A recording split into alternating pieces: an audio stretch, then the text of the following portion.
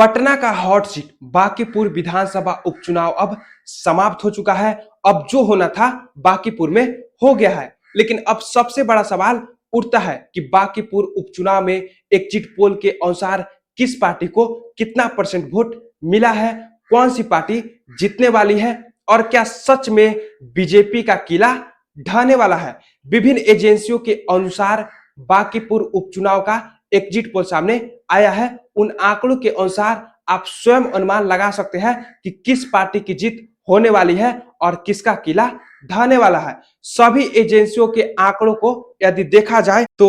Rudra research का exit poll के अनुसार 100% वोटिंग में जेएसपी प्रशांत किशोर को 50% वोट मिला है, बीजेपी नीरज कुमार सिन्हा को 36% वोट मिला है, आरजेडी रेखा कुमारी गुप्ता को 10% वोट मिला है और अन्य पार्टियों को 4% वोट मिला है। डीवी रिसर्च का एग्जिट पोल के अनुसार 100% वोटिंग में जेएसपी प्रशांत किशोर को 43% वोट मिला है, बीजेपी नीरज कुमार सिन्हा को 39% वोट मिला है, आरजेडी रेखा कुमारी गुप्ता को 15% वोट मिला है और अन्य पार्टियों को 3% वोट मिला है। पोल पंडित का एग्जिट पोल के अनुसार 100% वोटिंग में जेएसपी प्रशांत किशोर को 50 से 54% वोट मिला है, बीजेपी नीरज कुमार सिन्हा को 38 से 42% वोट मिला है, आरजेडी रेखा कुमारी गुप्ता को 5% वोट मिला है और अन्य पार्टियों को 3% वोट मिला है। रिंग साइड रिसर्च का एग्जिट पोल के अनुसार 100% वोटिंग में जेएसपी प्रशांत किशोर को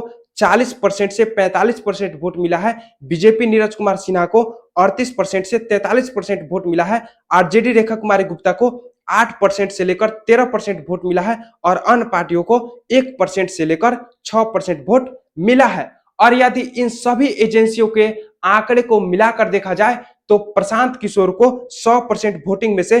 प्रशांत किशोर को 47% वोट मिला है और बीजेपी नीरज कुमार सिन्हा को 39% वोट मिला है, आरजेडी रेखा कुमारी गुप्ता को 11% वोट मिला है और अन्य पार्टियों को 3.5% वोट मिला है। इसका मतलब यह अनुमान लगाया जा रहा है कि बांकीपुर विधानसभा सीट से जन स्वराज पार्टी के नेता प्रशांत किशोर का जीतना तय है और प्रशांत किशोर ही बांकीपुर विधानसभा का विधायक भी बन सकते हैं। इसके अलावा यह भी अनुमान लगाया जा रहा है कि बांकीपुर विधानसभा से भारतीय जनता पार्टी का किला